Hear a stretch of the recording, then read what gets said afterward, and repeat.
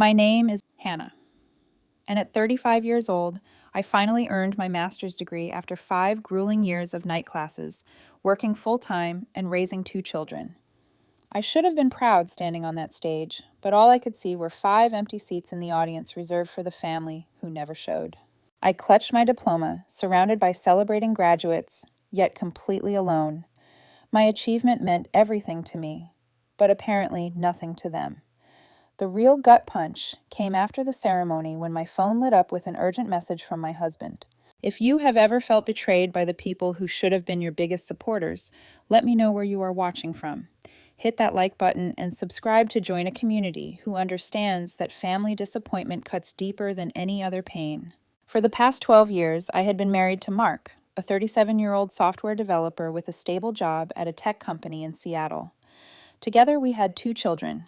Martin, our 14-year-old son, who was going through that typical teenage phase of finding his parents embarrassing, and Sophia, our bright 11-year-old daughter, who was becoming increasingly interested in her social life. We lived in a modest 4-bedroom house in the suburbs, not too flashy, but comfortable enough, with a small backyard where the kids could play during the rare, sunny days our city offered. I worked at Franklin Financial Services, a mid-sized investment firm where I had been employed for nearly 9 years. My job as a financial analyst was demanding, often requiring 50-plus hours per week, especially during tax season or when major clients needed reports. I was good at what I did, precise with numbers and patient with difficult clients. But year after year, I watched as my male colleagues with less experience got promoted ahead of me. "You need more credentials," my boss would say during my performance reviews. "A bachelor's degree in finance is great, but everyone has that. If you want to move up to senior management, you need a master's." After the 3rd time being passed over for promotion, I made up my mind I would get that master's degree in business administration, no matter what it took. The university across town offered evening classes designed for working professionals. It would take 5 years of part-time study, but I figured it was worth the investment in my future. What I did not fully anticipate was how punishing the schedule would be. I would wake up at 5:30 a.m. to prepare breakfast for the family and pack lunches for the kids, then work a full day, rush to class 3 evenings a week from 6:00 to 9:00 p.m., and come home exhausted to find dishes in the sink and homework that still needed checking. On the weekends, instead of relaxing, I would lock myself in our home office for hours to complete assignments while Mark took the kids to soccer games or birthday parties. "Mom is always studying," I once overheard Martin complain to his father. "She never has time for us anymore." Those words stung, but I tried to rationalize it. This was temporary. This was for our future. Once I had my degree and the promotion that would follow, we would have more financial stability, maybe even enough for that family vacation to Disney World the kids had been begging for. My relationship with my brother, Derek, complicated things further. 3 years older than me, at 38, Derek had always been the golden child in our family. He ran a successful real estate business, lived in a waterfront property, and, as a bachelor with no children, enjoyed the freedom to travel extensively and indulge in expensive hobbies like sailing and wine collecting. Our parents, who lived 2 states away in California, never tried to hide their preference for him. When we were growing up, they attended every one of his football games, but frequently missed my academic competitions. As adults, they would drop everything to help Derek renovate his kitchen, but would find excuses when I needed someone to watch the kids during my final exams. "Your brother is just more fun to be around," my mother once told me after I confronted her about this imbalance. "You are always so serious and busy with your responsibilities." The irony was not lost on me that being responsible was somehow being held against me. Despite these frustrations, I persevered with my studies. I wrote papers after the kids went to bed, often staying up until 1 or 2 in the morning. I studied flashcards during my lunch breaks. I sacrificed vacations, using that time to get ahead on coursework instead. When friends invited us to parties or weekend getaways, I usually declined, knowing I needed those hours for school. Mark was supportive at first, picking up some of the slack at home and encouraging me when I felt overwhelmed. But as the years dragged on, his patience began to wear thin. "How much longer is this going to take?" he would ask. "The kids barely see you anymore." "Just 2 more years," I would assure him. Then 1 more year. Then just a few more months. By the time my graduation finally approached, our marriage was strained. We still loved each other, but the distance between us had grown. Mark had developed his own routines and social circles, often taking the kids to community events or to visit his parents without me. I had missed so many family dinners, school performances, and weekend outings that it had become normal for them to function without me, which is why the graduation ceremony meant so much to me. It was not just about the degree or the career advancement opportunities it would bring. It was a chance to show my family, especially my children, that all those sacrifices had been for something meaningful. I wanted them to see me walk across that stage, to feel proud of their mother, to understand that women could pursue education at any stage of life. I wanted that moment of recognition, that collective celebration that would make the past 5 years of exhaustion worthwhile. When I graduate, I told Mark about 6 months before the end of my program, I want everyone there. You, the kids, my parents, even my sister Melissa from Phoenix. This is going to be a big day for all of us. He had nodded and squeezed my hand. Of course, babe, we wouldn't miss it for the world. How hollow those words would eventually sound.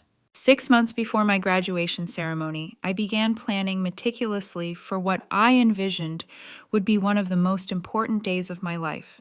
The university had sent an email with all the details, including the limited number of guest tickets each graduate would receive. I immediately requested the maximum allocation of 6 tickets, one each for Mark, Martin, Sophia, my mom, my dad, and my sister Melissa. I called my parents in California to give them the date, which they dutifully wrote down on their calendar. We'll try our best to make it, sweetie, my mother said in a tone that suggested she was already considering what might be more important. Still, I remained optimistic. This was my graduation, after all. Surely they would prioritize it. Next, I reached out to Melissa, who lived in Phoenix with her husband and 3 children. Unlike our parents, she seemed genuinely excited for me. I am so proud of you, sis, she said. Working full-time, raising kids, and getting a master's degree, you are superwoman. I'll book my flight next week. With family attendance seemingly secured, I turned my attention to the celebration afterward. I researched restaurants near the university and found a highly rated Italian place called Bissimo that could accommodate our party of 8. It was expensive, nearly $300 for the reservation, but this was a once-in-a-lifetime occasion. I put down the deposit without hesitation. Since my parents would be traveling from out of state, I also booked them a hotel room at the Marriott downtown using points I had accumulated through business trips. Everything was falling into place, and for once, I allowed myself to feel excitement rather than stress when thinking about school. 2 months before graduation, I splurged on a new dress, a sophisticated navy blue sheath with subtle lace detailing that would look appropriate under my graduation gown, but beautiful for the dinner afterward. I scheduled appointments for hair, makeup, and a manicure on the morning of the ceremony. These were luxuries I rarely indulged in, always putting family expenses first, but I wanted to look and feel my best on this day. Mom, you look pretty, Sophia said when I tried on the dress at home, like when you and Dad got married in those pictures. Her comment brought tears to my eyes. I couldn't remember the last time I had dressed up for anything other than a work function. The daily grind of juggling responsibilities had left little time for personal vanity. 3 weeks before graduation, the first hint of trouble appeared. Derek called to catch up, something he did sporadically when he remembered he had a sister. After asking perfunctory questions about my studies, he dropped a bombshell. By the way, I'm throwing a massive barbecue at my place on May 15th. I just installed a new outdoor kitchen and want to break it in. You guys should come. The kids would love the pool. My stomach dropped. Derek, that's my graduation day. I told everyone months ago. There was a pause on the line. Oh, right. I forgot about that. Can you change your barbecue to another weekend? I asked, trying to keep my voice level. Not really, he replied, sounding unconcerned. I've already invited like 30 people, including clients who are only in town that weekend. But hey, when does your ceremony end? Maybe you can stop by afterward.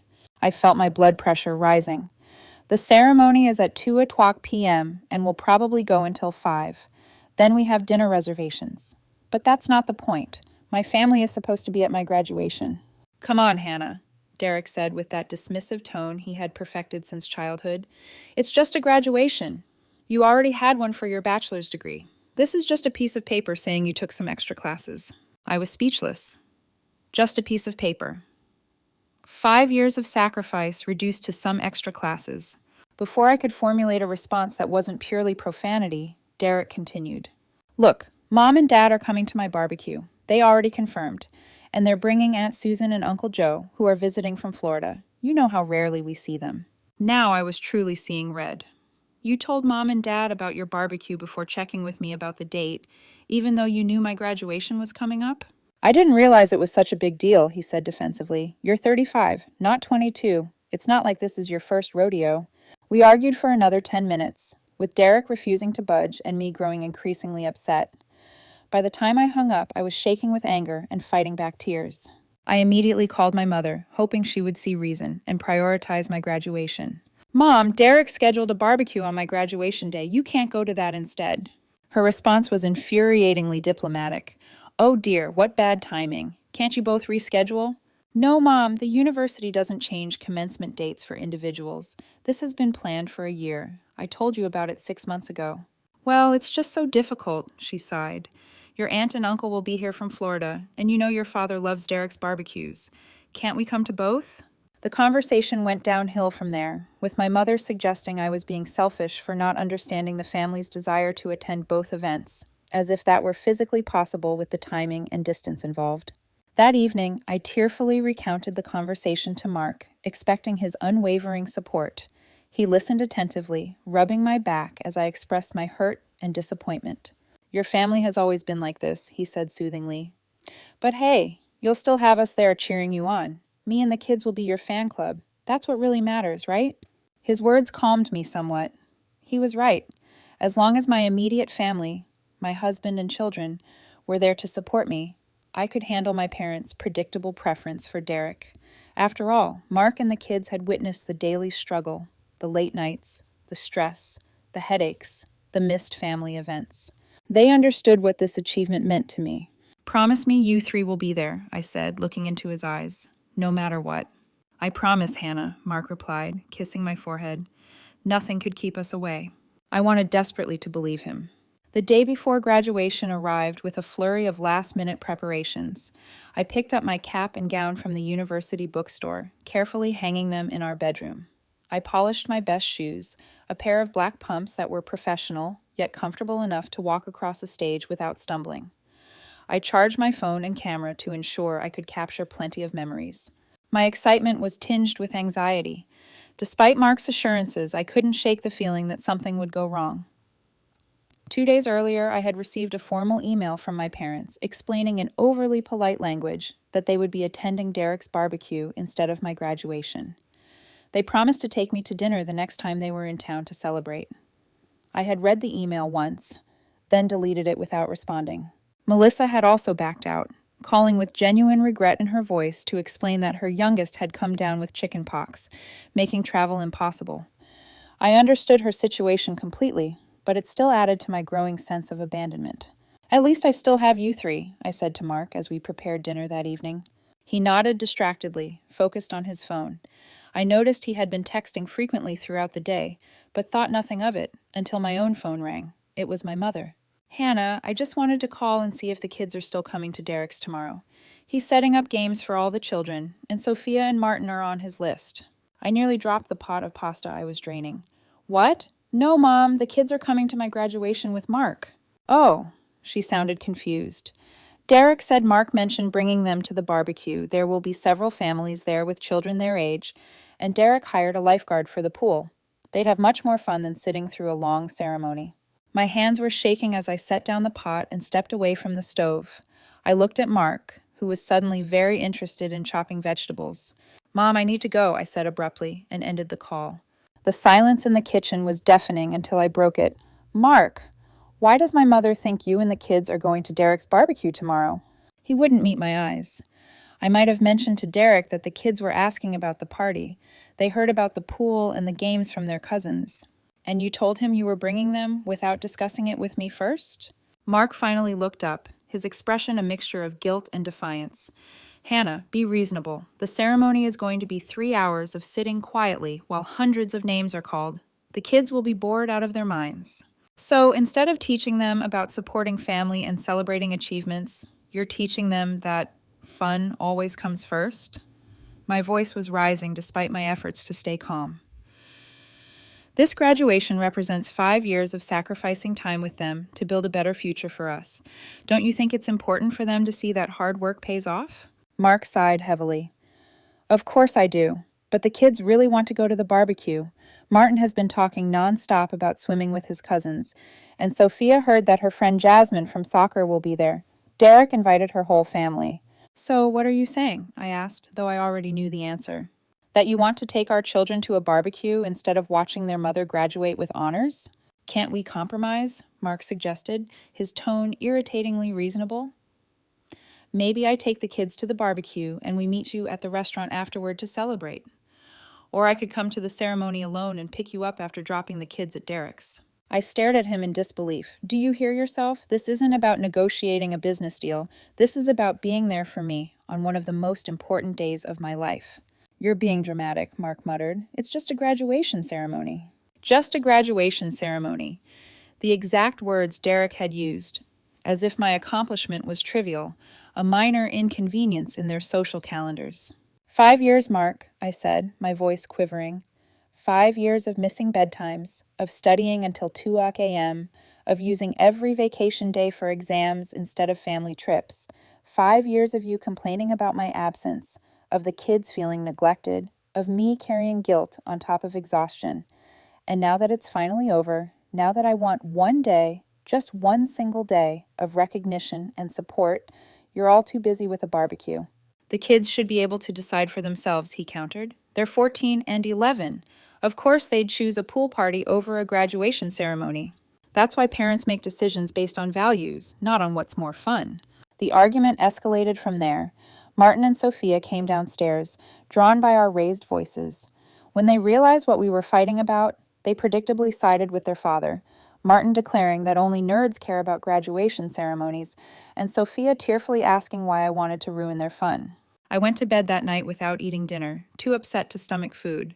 Mark slept on the couch, a rare occurrence in our marriage. As I lay awake staring at the ceiling, I wondered how we had reached this point. How had my family become so disconnected from my life, so dismissive of my achievements? The irony was painful. I had pursued this degree primarily for them, to provide a better lifestyle, to be a role model of determination. Yet they couldn't give me a single afternoon of support in return. I cried silently into my pillow, mourning not just tomorrow's inevitable disappointment, but something deeper, a fundamental misalignment in how my family and I valued each other's lives. Sleep evaded me until the early hours of the morning, my graduation outfit hanging like a ghost in the corner of the bedroom, a symbol of tomorrow's empty celebration. I woke up disoriented after just a few hours of restless sleep. For a moment, I forgot about the previous night's argument. My mind automatically shifted into graduation day excitement. Then reality crashed back, and I reached across the bed to find Mark's side empty and cold. Dragging myself to the bathroom, I splashed cold water on my puffy eyes and tried to summon some enthusiasm. This was still my day, my achievement. I would not let their absence ruin it completely. Downstairs, the house was eerily quiet. No sounds of breakfast being made. No television cartoons. No bickering children. On the kitchen counter sat a hastily scrawled note. Took the kids to Derek's early to help set up. We'll try to make it back for your ceremony. Congratulations, Mark. The note felt like a physical blow. Not even a proper goodbye, just an afterthought. I crumpled it and threw it in the trash, then made myself a cup of coffee with trembling hands. The clock read 9:30 a.m. My hair appointment was at 10 o'clock, followed by makeup at 11. The ceremony began at 2 p.m., with graduates required to arrive by 1 o'clock for lineup and instructions. Despite the hollow feeling in my chest, I forced myself to follow the day's schedule. The hairstylist commented on my subdued mood, but professionally avoided prying when I didn't engage in the usual salon chit-chat. The makeup artist did her best to conceal my swollen eyes and pale complexion, creating a polished look that contrasted sharply with my inner turmoil. Back home, I carefully put on my new dress, straightened the cap on my newly styled hair, and adjusted the gown zipper. I took a selfie in the full-length mirror, trying to smile, trying to feel something beyond the hurt. I posted it to social media with a caption about achieving goals and tagged my family members, out of habit, or perhaps spite. The congratulatory comments began immediately. Coworkers, distant relatives, Old high school friends, all expressing pride and excitement. Everyone except those who mattered most. I texted Mark before leaving the house. I'm heading to the ceremony now. Are you still planning to come? 3 dots appeared, disappeared, then reappeared, finally. Martin took a bad fall while running around the pool. Nothing serious, but lots of tears. Might be late. Save us seats if you can. I didn't bother responding. Seats were assigned by graduate name, with family seating and general admission. There were no seats to save. Mark knew this. He had read the information packet I'd left prominently on the kitchen counter for weeks. His message was just another flimsy excuse, another way to soften the blow of their impending absence. The drive to the university was a blur. I parked in the crowded garage and made my way to the auditorium where graduates were gathering. Around me, fellow students greeted family members, posed for photos, received flowers and hugs. I kept my head down, focusing on finding my place in the alphabetical lineup. My phone buzzed with messages of encouragement from Linda, my closest work friend, and from Professor Jenkins, my favorite instructor, who had written my recommendation letter for a senior analyst position I'd applied for. Their words were kind, but only emphasized the silence from my family. The graduates processed into the main hall to pomp and circumstance, an ocean of identical black gowns and square caps. From the stage, I scanned the audience, irrationally hoping to spot Mark and the kids slipping in late. The ceremony began with speeches from the university president, the dean, and a successful alumna who spoke about perseverance and work-life balance, words that felt like they were directed specifically at me. When my department was called, I rose with my row and waited for my name. In those moments of anticipation, I made a decision. I would enjoy this moment for myself, not for anyone else. I had earned this. Hannah Marie Williams, Master of Business Administration with honors. I walked across the stage with my head high, shook the dean's hand, accepted my diploma case, and moved the tassel on my cap from right to left. There was polite applause, the same as for every other graduate. No distinctive cheers, no special whistles or calls of my name, just the anonymous recognition of strangers witnessing another stranger's milestone. After returning to my seat, I felt oddly calm. The hurt was still there, but it had crystallized into something harder, something that felt like resolve. When the ceremony ended, graduates flooded the lawn outside for the traditional cap tossing and photos. I stood awkwardly at the periphery, watching families reunite, flowers exchanged, champagne bottles popped. I took a few obligatory photos with classmates I'd studied with, but felt like an imposter in their joy. I checked my phone obsessively. No messages from Mark, no calls from the kids, nothing from my parents or Derek. Then I made the mistake of scrolling through social media. Derek had posted photos of his barbecue, tagging my parents, Mark, and the children. They were all smiling, gathered around a fire pit, roasting marshmallows. The timestamp showed it had been posted 30 minutes ago, right in the middle of my graduation ceremony. Something broke inside me then. A dam of emotions I'd been holding back all day. I found a quiet corner behind the science building and let myself cry. Ugly, heaving sobs that smeared my carefully applied makeup and left me gasping for breath. When I finally composed myself, I decided to cancel the restaurant reservation. There was no point in keeping it now. As I pulled up the restaurant's number on my phone, a text message appeared from Mark. "We need to talk urgently." Immediately afterward, I noticed something that sent a chill through me. 45 missed calls from Mark, all within the past hour. My heart rate doubled instantly. 45 missed calls could only mean an emergency. Had something happened to one of the kids? To my parents? Had there been an accident? I had silenced my phone during the ceremony as requested by the university. In my emotional state afterward, I hadn't thought to check for missed calls, only messages. With shaking fingers, I called Mark back. He answered on the first ring. "Hannah, thank God," his voice high-pitched with panic. "I've been trying to reach you for over an hour." "What happened?" I demanded, already walking quickly toward the parking garage. "Is everyone okay?" "It's Martin," Mark said, his words tumbling out in a rush. He was climbing on that ridiculous new water slide Derek installed, showing off for his cousins, and he fell. "We're at Memorial Hospital. The doctor thinks his arm is broken." "I'll be right there," I said, breaking into a run, despite my heels. "Is he in a lot of pain? How bad is it?" "They gave him something for the pain, but he's pretty shaken up. He keeps asking for you." That last part sent a wave of conflicting emotions through me. On one hand, my maternal instinct kicked in immediately, desperate to reach my injured child. On the other, a small, bitter voice in my head noted that now suddenly my presence was essential. I drove to the hospital in a state of heightened anxiety, alternating between concern for Martin and residual anger at the entire situation. The graduation gown lay crumpled in my passenger seat, the cap tossed carelessly in the back. My diploma case sat unopened on the dashboard. Memorial Hospital was only 15 minutes from campus, but the drive felt interminable. I found parking in the emergency lot and rushed inside, still wearing my navy blue dress, my carefully styled hair now falling loose around my shoulders. The emergency room was busy with the typical Saturday afternoon cases. I gave Martin's name at the reception desk and was directed to Bay 7. Drawing back the curtain, I found a scene that stopped me in my tracks. Martin lay on the bed, his right arm encased in a temporary splint, his face tear-stained but calm. Around him stood not just Mark and Sophia, but my parents, Derek, and a doctor reviewing some x-rays. They all turned to look at me as I entered, expressions ranging from relief to guilt to something that looked uncomfortably like pity. "Mom!" Martin called out, his voice small and childlike despite his teenage status. "You came." I moved immediately to his side, maternal instinct overriding everything else. "Of course I came, sweetheart. How are you feeling? What happened?" As I smoothed his hair back from his forehead, the doctor approached and introduced himself as Dr. Ramirez. "Your son has a simple fracture of the radius," he explained, pointing to the x-ray.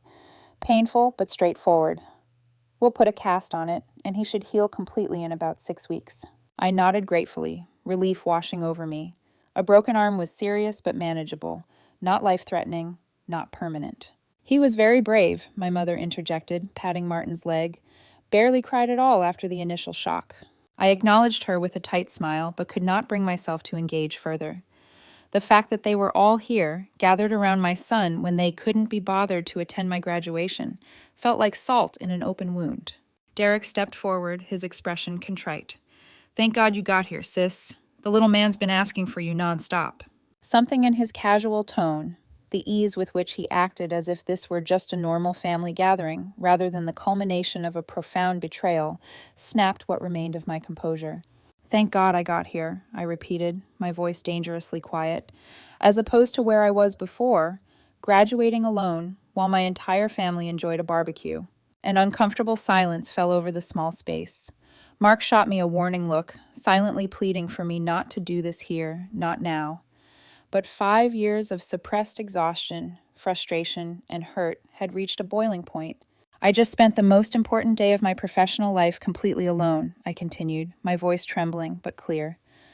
"No husband, no children, no parents.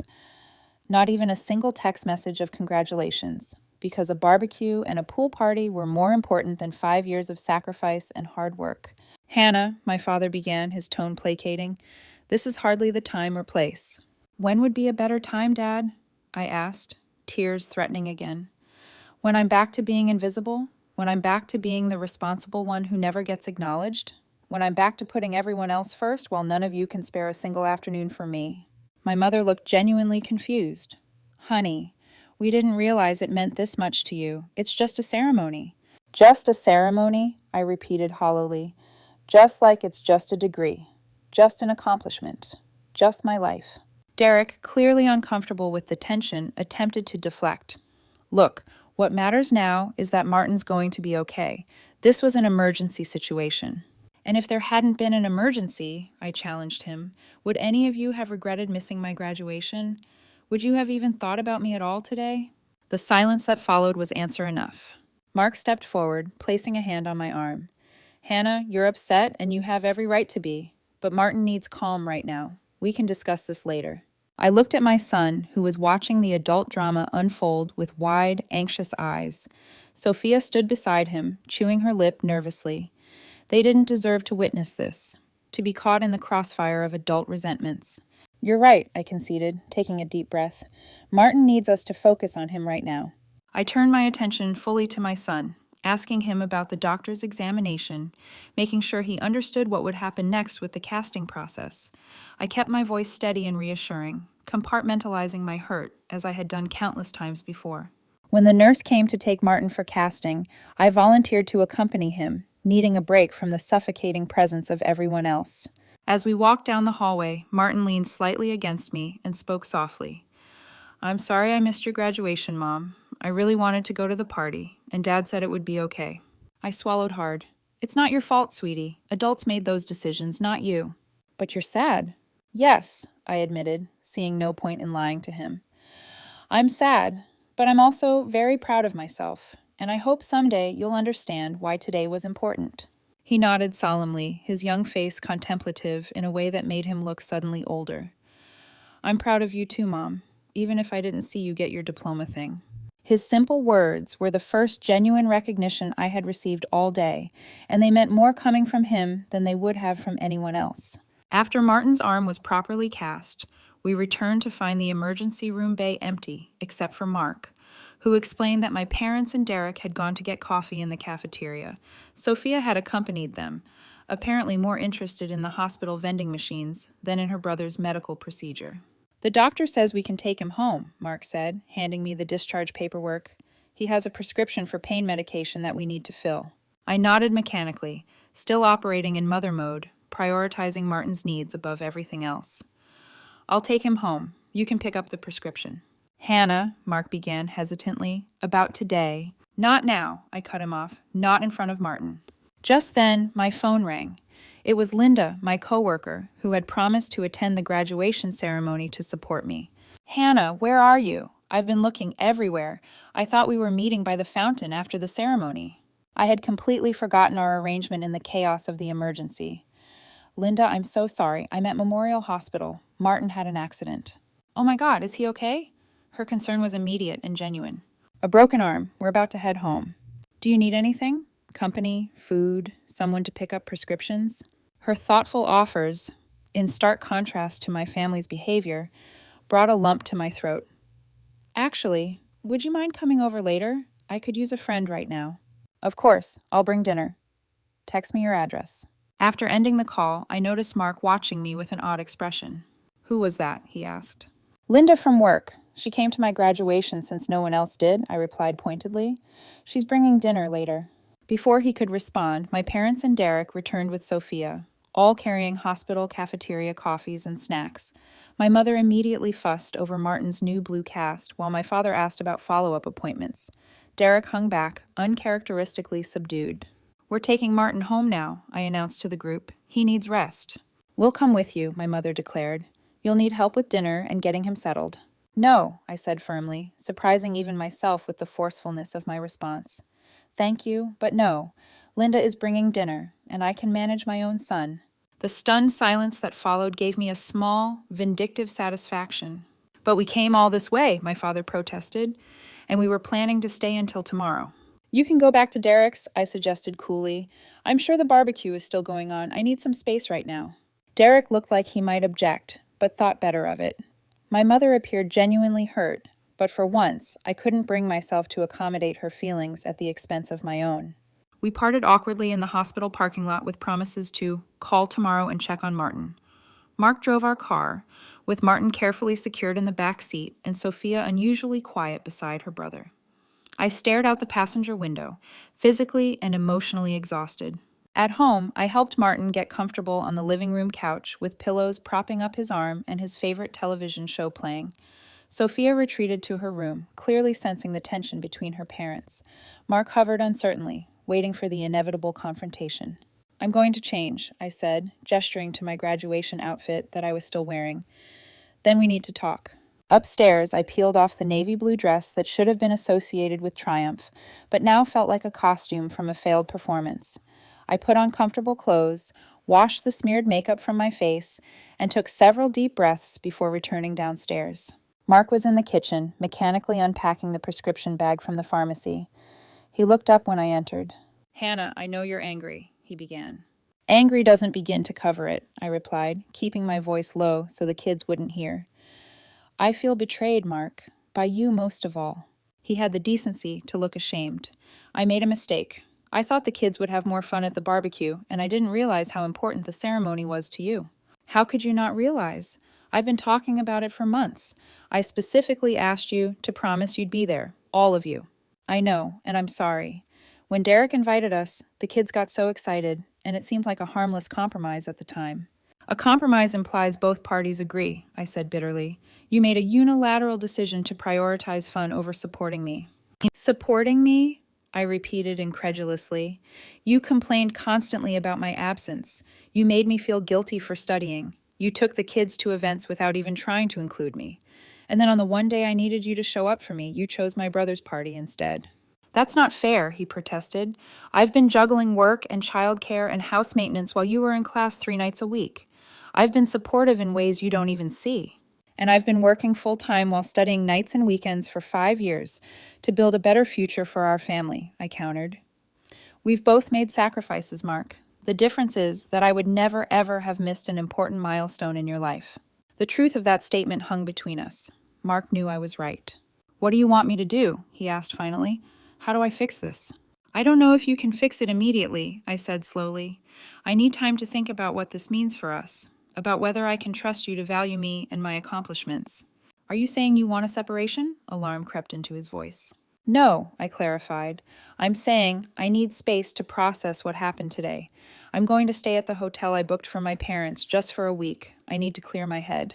Hannah, be reasonable. Martin has a broken arm. He needs his mother. Martin has a father who apparently is perfectly capable of making decisions without consulting me, I replied sharply. He'll be fine for a few days with you in charge. I'll check in on him daily and come back if there are any complications. Mark looked like he wanted to argue further, but seemed to realize he was in no position to deny me this request. When will you leave? After Linda brings dinner and I explain things to the kids, I'll pack tonight and leave in the morning. As if on cue, the doorbell rang, announcing Linda's arrival. She brought not only dinner as promised, but also a graduation gift, a beautiful leather portfolio embossed with my initials, and a card signed by several coworkers. We're so proud of you, she said, hugging me tightly. You worked so hard for this. Her simple acknowledgement brought fresh tears to my eyes. This was all I had wanted from my family, this basic recognition of my achievement. After dinner, while Linda helped Mark clear the dishes, I sat with both children to explain my temporary absence. I reassured Martin that I would check on him every day and that I wasn't leaving because of his accident. I just need some quiet time to think, I told them. Sometimes adults need space, just like you do when you get overwhelmed. Sophia, more perceptive than I had given her credit for, asked directly, Is this because we missed your graduation? Partly, I admitted, not wanting to lie to them. I was very hurt by that, but this is more about me needing to figure out what I want going forward. It's not a punishment for anyone, it's just something I need. To my surprise, both children accepted this explanation with minimal protest. Perhaps they sensed the depth of my hurt, or perhaps they were simply exhausted by the day's events. Either way, they hugged me goodnight with extra fierceness, as if already missing me. The next morning, I packed a small suitcase and drove to the downtown hotel, checking into the room I had originally reserved for my parents. The irony wasn't lost on me. As I settled into the quiet space, I felt a strange mixture of grief and liberation. For the first time in years, I had put my own needs first. The guilt I had expected to feel was surprisingly absent, replaced by a newfound sense of self-respect. Over the next few days, I received a flurry of apologetic texts and calls. My parents left a tearful voicemail admitting they had been thoughtless. Derek sent an elaborate flower arrangement to the hotel with a card acknowledging his selfishness. Mark called every evening, his tone increasingly desperate as he realized I was serious about this time apart. I spent the week reflecting on my relationships, my career goals, and what I wanted from the next phase of my life. I visited Martin daily, bringing small gifts and helping him adapt to one-armed living. I had lunch with Sophia at her school, reassuring her that family challenges were normal and resolvable. I spoke with my boss about the senior analyst position, which had been unofficially offered to me upon completion of my degree. By the end of the week, I had reached several important conclusions. My family's behavior had revealed a painful truth about how they valued my contributions and aspirations, but it had also given me clarity about my own worth and the boundaries I needed to establish going forward. When I finally returned home, I was ready for the difficult conversations that would reshape our family dynamics.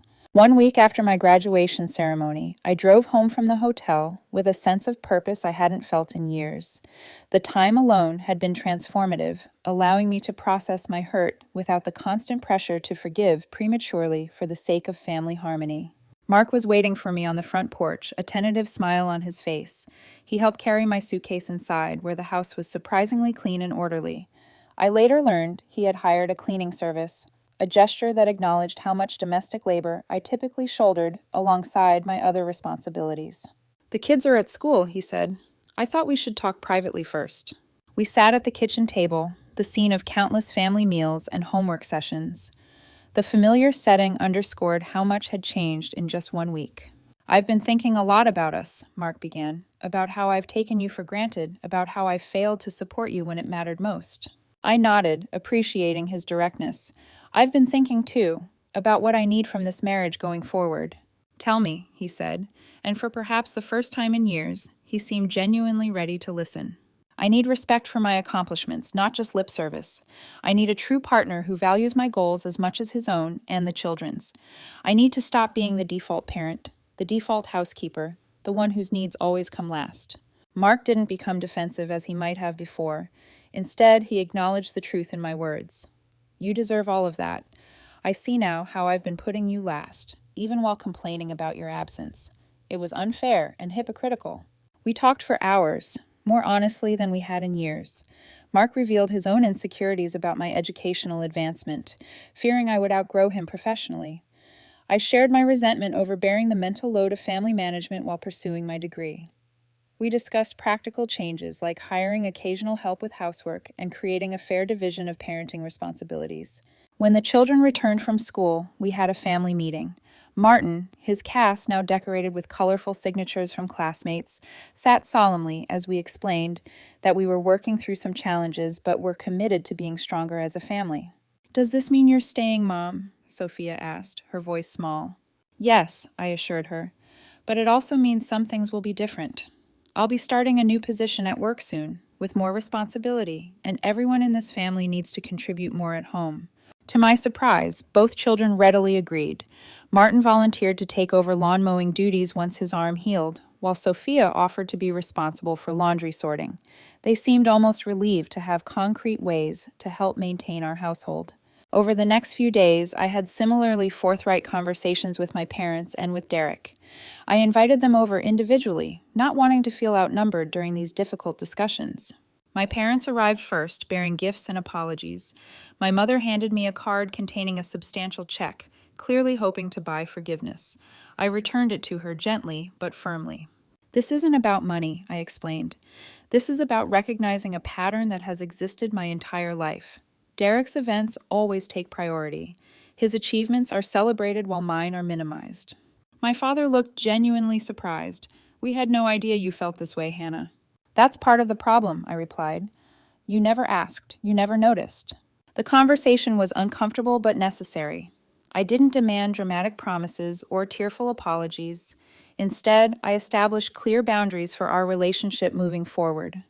I would no longer accept last-minute cancellations or secondary status in family priorities. I would no longer exhaust myself trying to earn approval that was freely given to my brother. Derek's visit was equally revealing. Without the buffer of our parents or my children, he was forced to confront his role in the family dynamic. "I never intentionally tried to overshadow you," he insisted. "Intent doesn't erase impact," I countered. "Your barbecue could have been scheduled for any weekend. You chose my graduation day, then refused to change it." To his credit, Derek didn't make excuses. "You're right. I've been selfish. I think I've gotten used to being the center of attention in this family." We reached an understanding that would require ongoing effort to maintain. I didn't expect decades of patterns to change overnight, but I was no longer willing to accept being an afterthought in my own family story. The weeks that followed brought gradual healing. Martin's arm mended steadily, a visible reminder of how resilience can follow injury. My promotion to senior analyst came through, complete with a significant salary increase and a private office. The extra income allowed us to hire a weekly cleaning service, relieving some of the domestic burden that had contributed to my exhaustion. Mark followed through on his promises, taking on more parenting responsibilities and making a point to celebrate my professional achievements publicly. The children, watching their parents model new behaviors, began showing more appreciation for my contributions both at work and at home. Perhaps the most meaningful gesture came a month after graduation, when Derek organized a small surprise party, specifically to celebrate my master's degree. He invited my close friends and colleagues, ordered a cake decorated with my university's colors, and gave a speech acknowledging my determination and intelligence. My parents attended, bringing a framed professional photograph of me in my graduation regalia that they had commissioned from the university's photographer. It was a lovely evening, but its significance went beyond the celebration itself. It represented a shift in how my family perceived my accomplishments, a recognition that my milestones deserve the same attention and respect as anyone else's. As I prepared to hang my diploma in my new office, I reflected on the unexpected journey that had followed my graduation day. What should have been a simple celebration had instead become a catalyst for profound change in my most important relationships. I had learned that sometimes the greatest gift of education is not the degree itself, but the self-knowledge that comes with it. I had learned that standing up for myself did not mean losing my family, but rather creating healthier connections based on mutual respect. I had learned that setting boundaries, though initially painful, ultimately allows for more authentic relationships. Most importantly, I had learned that my worth was not determined by others' recognition, but by my own sense of accomplishment and integrity. The empty seats at my graduation had initially felt like rejection, but they had ultimately led to a fuller understanding of my own value, and the courage to demand that others recognize it too. Sometimes the deepest wounds lead to the most significant growth. Have you ever had to stand up for yourself with family members who took you for granted? How did you handle it? Share your experience in the comments below. And don't forget to like and subscribe for more stories about navigating family dynamics and finding your voice. Remember, your achievements deserve celebration, even if you have to be your own biggest cheerleader sometimes.